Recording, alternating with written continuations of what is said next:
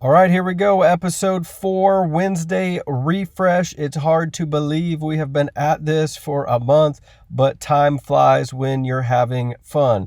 And here's what we know: things are going to get better. Will you be better when they do? I know things are going to get better. Are you? And I know that because things have to get better, because here I am in my car. The power has subsequently gone out at the office. Nobody can tell me why at Evergy, but they're not going to stop me. I encouraged you the first week of Wednesday Refresh to get outside, and what a great week we have to do that. So here I am outside. Spring has finally sprung, so truly, get outside, enjoy some fresh air.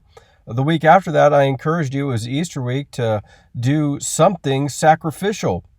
Jesus washed the feet of Judas.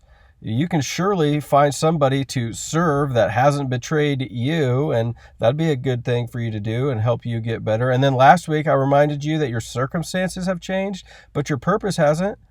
Your purpose hasn't changed in all this. You're still supposed to love God and love people, so keep at it.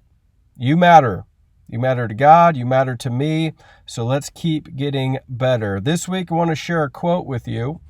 John Greenleaf Whittier is purported to have said, "Of all sad words of tongue or pen, the saddest are what might have been." And here's my encouragement. Don't look back on this time and say to yourself what might have been. Of all sad words of tongue or pen, the saddest are what might have been. Don't say what might have been. I jokingly tell people that the 19 of COVID-19 is how much weight you're supposed to gain during quarantine, but don't let that be a reality. Most of us don't have the same distractions we normally do, so let's lose 19 pounds.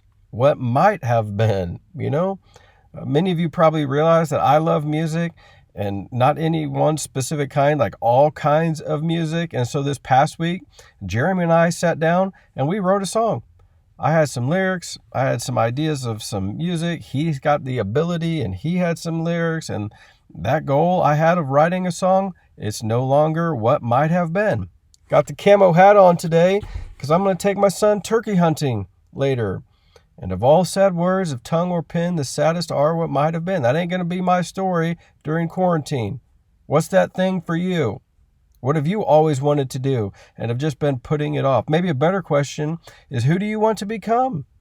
This isn't about doing everything at all at once, but in the next few days, what is one step you can take? Who's one person you can talk to help you go for it? I don't know if you've thought about this before, but that person who you look up to, your hero, they're not likely as busy right now either. You should email them, get their advice, ask to set up a Zoom meeting. Suddenly, access isn't a major obstacle. So that's my encouragement. Go for it. You can do it. Of all sad words, the saddest are what might have been. So let's get after it. Now, here's your opportunity and update, and to be fair, this is going to push me over my 5-minute promise, so I'll apologize on the front end, but bear with me if you can. First of all, we don't know when we'll be able to start gathering again, but we do know we need a plan for when that time comes. And so here's how things are currently starting to shape up. We know for certain that we're not allowed in the school at all in May. We also know that currently there's a ban on gatherings of over 10 until May 3rd, so it's not a big deal that we can't be in the school. But we fully expect the powers that be will ask folks to avoid gatherings of more than 50 people for a while. And so if we're limited to a gathering of 50 or less, here's what we're planning: 3 live services in conjunction with 4 home church sites. Okay, so here's how this is going to work. We'll have a live service on Saturday at 4.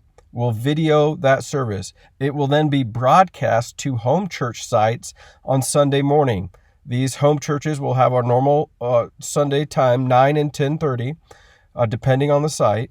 And we'll also have live services at the office. But these live services are primarily for people who aren't plugged into a group, because we know there are going to be a lot of people looking for connection, and so we need to be prepared to connect those people.